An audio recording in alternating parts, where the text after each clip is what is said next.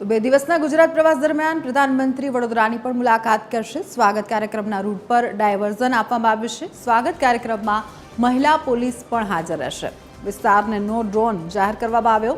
શહેરના કોઈપણ વિસ્તારમાં ડ્રોન નહીં ઉડાડવા માટે ખાસ જાહેરનામું પણ બહાર પાડવામાં આવ્યું છે।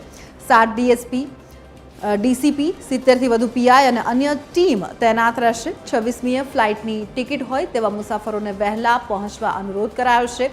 1 કિલોમીટરના વિસ્તારમાં પીએમ મોદી મહિલાઓનું અભિવાદન ઝીલશે।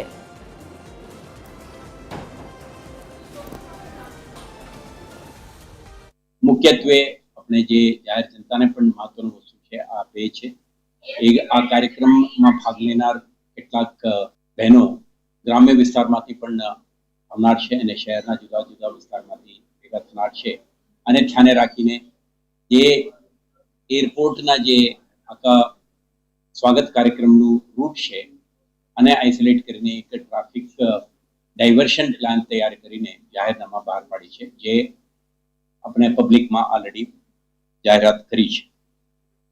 આના ભાગરૂપે સવારથી જ જાહેરનામા 26 તારીખે સવારથી જ જાહેરનામા અમલમાં આવશે એટલે આ વિસ્તારમાં વાહન ચલાવવું પ્રતિબંધિત છે જેથી કરીને અલગ અલગ આલ્ટરનેટ રૂટ ઉપર વાહનો ચલાવવાનું